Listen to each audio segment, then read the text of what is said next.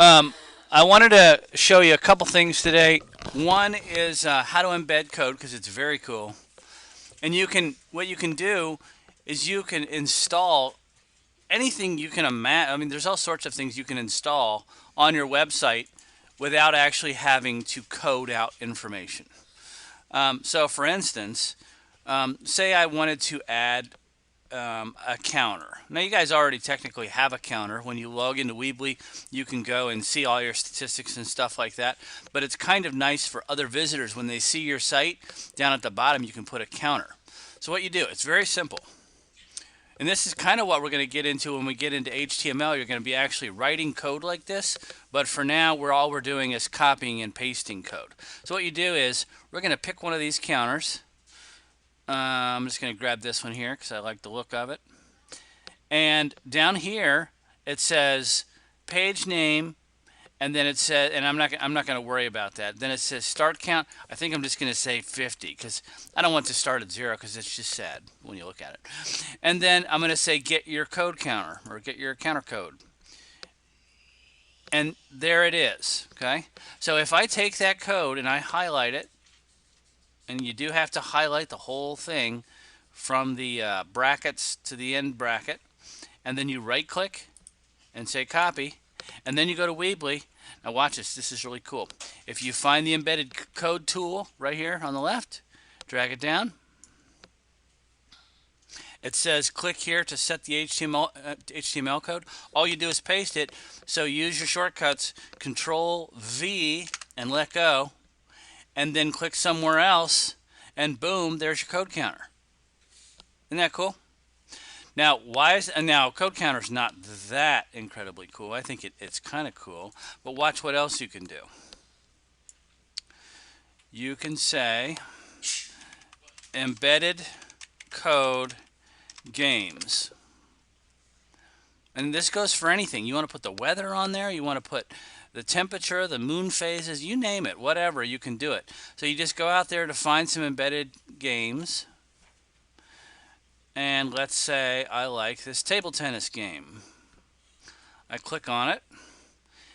And hopefully, if it's working the way it's supposed to, there should be some embedded code that I copy. There it is right there. That is HTML right there, that little spot. So copy it, go to your website, go to embedded code, boom, boom, boom. I also want to change the position because I want my game to be in the center.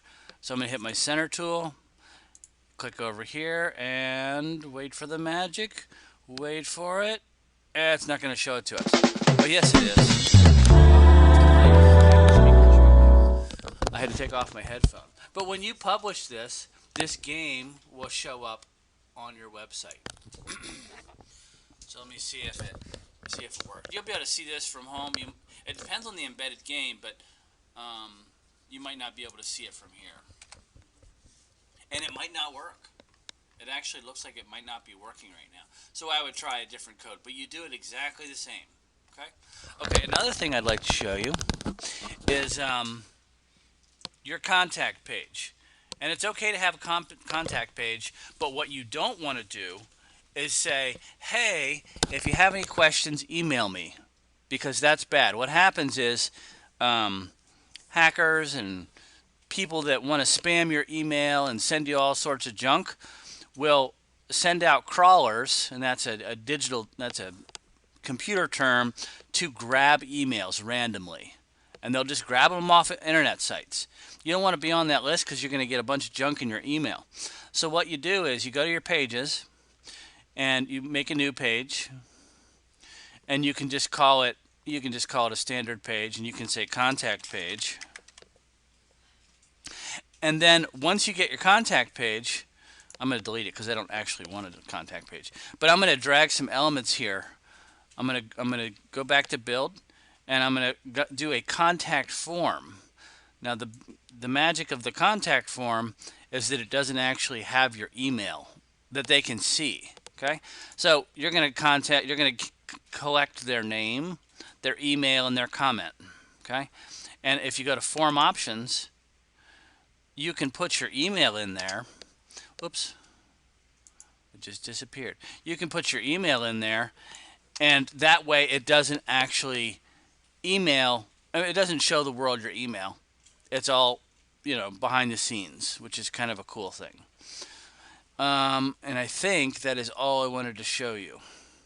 I think that's it. So what I want you to do now for the next 10 minutes, I want you to play with some embedded code, whatever it is, even if you're not going to use it. I'd like you to have some embedded code on your site.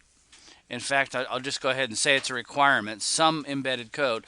But go ahead and just practice, put it in, and then if that's not exactly what you want, you can replace it with something else. And then also make a contact page so that your email is not showing. Okay?